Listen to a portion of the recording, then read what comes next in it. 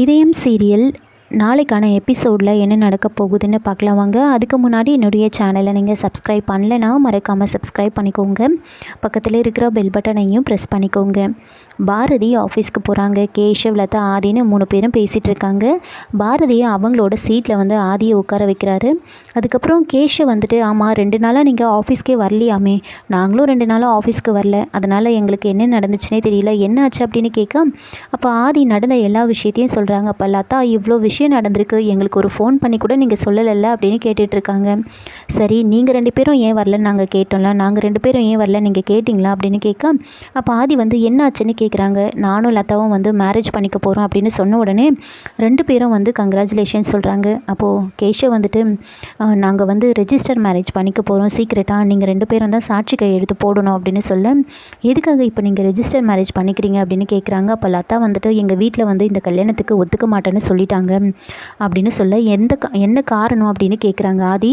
அப்போது லதா வந்துட்டு, எல்லாமே நீங்கள் சொன்ன பொய்னால தான் அப்படின்னு சொல்ல, அதை கேட்ட ஆதி, என்னது நான் சொன்ன பொய்யா, என்ன அப்படின்னு கேட்குறாங்க. அப்போ லதா, நீங்கள் கேஷவ் தான் இந்த கம்பெனியோட எம்டின்னு சொன்னீங்களே, அதை நான் வீட்டில் சொல்லியிருந்தேன். கேஷவ் தான் இந்த கம்பெனியோட எம்டின்னு நினச்சிக்கிட்டு தான் அவங்க இந்த கல்யாணத்துக்கே வந்து ஒத்துக்கிட்டாங்க. ஆனால் இப்போ இல்லைன்னு தெரிஞ்சதுமே இந்த கல்யாணம் வேண்டான்னு சொல்கிறாங்க. அவங்க ஒத்துக்க மாட்டாங்க.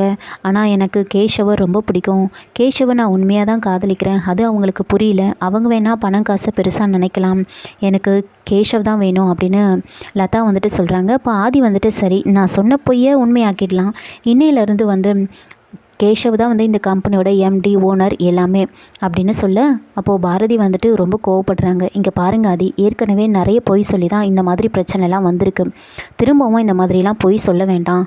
நாளைக்கு அந்த உண்மை வந்து தெரிஞ்சால் அவங்க வந்து ரொம்ப கோவப்படுவாங்க, இது லதாவோட வாழ்க்கையை தான் பாதிக்கும், வேண்டான்னு சொல்ல, அப்போ ஆதி வந்துட்டு, அதெல்லாம் எதுவும் ஆகாது அப்படின்னு சொல்கிறாங்க. லதாவும் ஆதி சொல்கிறது சரிதான், இப்போதைக்கு நம்ம கல்யாணத்தை பண்ணுறதை தான் பார்க்கணும், அதுக்காக என்ன பண்ணணும் சொல்லுங்கள் ஆதி அப்படின்னு கேட்குறாங்க. அப்போ ஆதி வந்துட்டு, சரி அந்த பொய்யை உண்மையாக்கிறதுக்கு என்னெல்லாம் பண்ணணும்னு நான் சொல்கிறேன் அப்படின்னு பேசிகிட்டு இருக்க, பாரதி ரொம்ப கோவப்படுறாங்க. இங்கே பாருங்க ஆதி, இந்த மாதிரிலாம் நீங்கள் பண்ணாதீங்க, தேவையில்லாமல் இந்த மாதிரிலாம் வந்து பொய் சொல்லாதீங்க, அதனால் நிறைய பிரச்சனை வரும் அப்படின்னு சொல்ல, அப்போ ஆதி வந்துட்டு, அதெல்லாம் நான் நிறைய பொய் சொல்லியிருக்கேன் அப்படின்னு சொல்கிறாங்க. அப்போது கேஷவ் வந்துட்டு, சரி நீங்கள் 2 பேரும் பேசி ஒரு முடிவெடுங்க, நாங்கள் வெளியில் வெயிட் பண்ணுறோம் அப்படின்னு வெளியில் போயிடுறாங்க. அப்போது ஆதி அந்த மாதிரி நான் நிறைய பொய் சொல்லியிருக்கேன் அப்படின்னு சொன்னதை யோசிச்சுக்கிட்டு பாரதி நேராக ஆதிக்கிட்ட போய் பேசுகிறாங்க. ஆதி, நீங்கள் என்கிட்ட இருந்து ஏதாவது மறைக்கிறீங்களா, ஒழுங்காக உண்மையை சொல்லுங்கள் அப்படின்னு கேட்க, ஆமாம் நான் உங்ககிட்ட நிறைய பொய் சொல்லியிருக்கேன் அப்படின்னு சொல்கிறாங்க. நீங்கள் அழகாக இருக்கீங்க, இந்த உலகத்தில் உங்களை மாதிரி ஒரு பொண்ணே பார்த்ததில்ல அப்படின்லாம் நிறைய பொய் சொல்லியிருக்கேன் அப்படின்னு கிண்டலாக பேசிகிட்ருக்காங்க. அப்போ பாரதி, நான் ரொம்ப சீரியஸாக கேட்குறேன், நீங்கள் என்கிட்ட ஏதாவது உண்மையை மறைச்சிருக்கீங்களா அப்படின்னு விடாமல் பாரதி ஆதிக்கிட்ட கேட்டுக்கிட்டே இருக்காங்க. ஆதி அதெல்லாம் எதுவுமே இல்லைன்னு சொல்லிட்டு இருக்காங்க.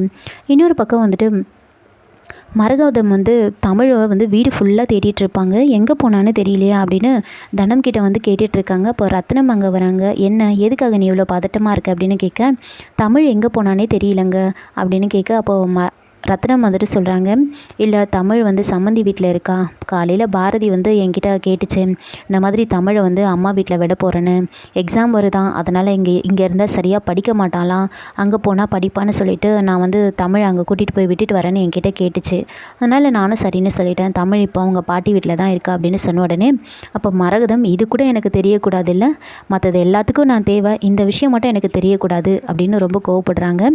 அப்போது இந்த வீட்டில் இருந்தால் தான் தமிழ் படிக்க மாட்டாள் அப்படின்னு கேட்க, அப்போ ரத்னம் வந்துட்டு, ஆமாம் நீங்கள் 2 பேருமே வந்து எப்போவுமே வந்து டிவி போட்டுட்டு உட்காந்துட்ருக்கீங்க, உங்கள் கூட தமிழும் வந்து உட்காந்துட்டு டிவி பார்த்துட்ருக்கா, அதனால தான் வந்து பாரதி வந்து அவங்க அம்மா வீட்டில் கூட்டிகிட்டு போய் விட்டுட்டு வந்துட்டாங்க அப்படின்னு சொல்கிறாங்க. இப்போ பாரதி அங்கே வராங்க. அப்போது ரத்னம் வந்துட்டு, பாரதி வந்த உடனே, என்னம்மா வேலையெல்லாம் முடிஞ்சுதா, பாரதிக்கு ஏதாவது டீ காஃபி போட்டு கொடு அப்படின்னு சொன்ன உடனே மரகதம், ஆமாம் உங்கள் மருமகளுக்கு இதெல்லாம் செய்யறதுக்கு நான் வேணும், மற்றதுக்கெல்லாம் நான் தேவையில்லை அப்படின்னு சொல்கிறாங்க. அப்போது ரத்னம் வந்துட்டு, இப்போ எதுக்காக நீ இப்படி கோவப்படுற அப்படின்னு திட்டிட்டு அங்கேருந்து போயிடுவாங்க. அப்போ பாரதி வந்துட்டு, இல்லை அத்தை, தமிழ் இங்கே இருந்தால் படிக்க மாட்டா, அதனால தான் அங்கே கூட்டிகிட்டு போய் விட்டுட்டு வந்தேன் அப்படின்னு சொல்லிட்டு உள்ளே போயிடுறாங்க. அப்போது பாரதி வந்துட்டு ரூம்குள்ளே போன உடனே வந்து தமிழோட ஃபோட்டோ எடுத்து பார்த்து ஃபீல் பண்ணிகிட்ருக்காங்க. தமிழ், நீ ஜாலியாக தான் இருக்க, உன்னை நான் ரொம்ப மிஸ் பண்ணுறேன் அப்படின்னு பார்த்துட்ருக்காங்க. அப்போது பாரதி வந்துட்டு சரி நம்ம ஆதிக்கிட்ட பேசி பார்க்கலாம் அப்படின்னு ஆதிக்கு கால் பண்ணுறாங்க. ஆனால் ஆதி வந்து காலை அட்டன் பண்ணவே மாட்டாங்க. சரின்னு உடனே வந்து கேஷவுக்கு கால் பண்ணி ஆதி அங்கே இருந்தால் ஃபோனை கொடுங்க அப்படின்னு கேட்குறாங்க. அப்போது கேஷவ் வந்துட்டு ஆதி இல்லை, என்னோடய பைக் எடுத்துகிட்டு வெளியில் கிளம்பிட்டான் அப்படின்னு சொல்கிறாங்க. என்ன இது, நம்ம எத்தனை முறை கால் பண்ணுறோம், ஆதி ஃபோனை எடுக்கவே மாட்டுறாரே, இவ்வளோ தூரம் நடந்தும் வந்து திரும்பவும் அதே மாதிரியே இருக்காரே அப்படின்னு பாரதி ஒரு பக்கம் டென்ஷனாக இருக்காங்க. அதுக்கப்புறமா பாரதி வந்துட்டு கொஞ்சம் நேரம் பொறுத்து ஆதிக்கு கால் பண்ணுறாங்க. அப்போ ஆதி வந்து கால் அட்டன் பண்ணுறாரு. அப்போ ஆதி திரும்பவும் பாரதி கிட்ட வந்து பொய் சொல்கிறாரு. எங்கே இருக்கீங்க அப்படின்னு பாரதி கேட்க, அப்போ ஆதி வந்துட்டு நான் வந்து வாஷ்ரூமில் இருந்தேன், அதனால தான் ஃபோன் அட்டன் பண்ண முடியல அப்படின்னு சொல்கிறாங்க. சரி கேஷவ் எங்கே இருக்காரு அப்படின்னு கேட்குறாங்க. கேஷவ் இங்கே தான் இருக்கான், யாருக்கையாவது ஃபோன் பேசிகிட்டு இருப்பான் அப்படின்னு சொல்கிறாங்க. உடனே பாரதி வந்துட்டு என்கிட்டயே பொய் சொல்கிறீங்களா நீங்கள் அப்படின்னு யோசிக்கிறாங்க. அப்போ நீங்கள் கெஸ்ட் ஹவுஸில் தான் இருக்கீங்க அப்படி தானே அப்படின்னு கேட்க, ஆதி வந்துட்டு ஆமாம் எனக்கு கொஞ்சம் டயர்டாக இருக்குது, நான் தூங்க போகிறேன் அப்படின்னு சொல்லிட்டு ஃபோனை வச்சிடுறாங்க. அப்போது பாரதி வந்து யோசிக்கிறாங்க, ஏன் என்கிட்ட எப்படி ஒரு பொய் சொல்கிறாரு அப்படின்னு யோசிச்சுட்டு இருக்காங்க. ஆதியோட லைவ் லொக்கேஷனை வந்து பார்த்துட்டு அப்படியே வந்து ஃபாலோ பண்ணிக்கிட்டே போகிறாங்க. அந்த லொக்கேஷனை வச்சு ஆட்டோவில் வந்து அந்த ஒரு ரெஸ்டாரண்ட்டில் வந்து இறங்குறாங்க. அப்போ கேஷவோட பைக்கை வந்து பார்க்குறாங்க. அப்போ ஆதி வந்துட்டு இங்கே தான் இருக்கார் அப்படின்னு யோசிச்சுக்கிட்டு வந்து அப்படியே ரெஸ்டாரண்ட்டுக்குள்ளே போகிறாங்க. இப்போ ஆதி மட்டும்தான் தெரியுவாங்க. ஆப்போசிட்டில் வந்து தமிழ் உட்காந்துட்டு இருக்கிறது தெரியவே தெரியாது.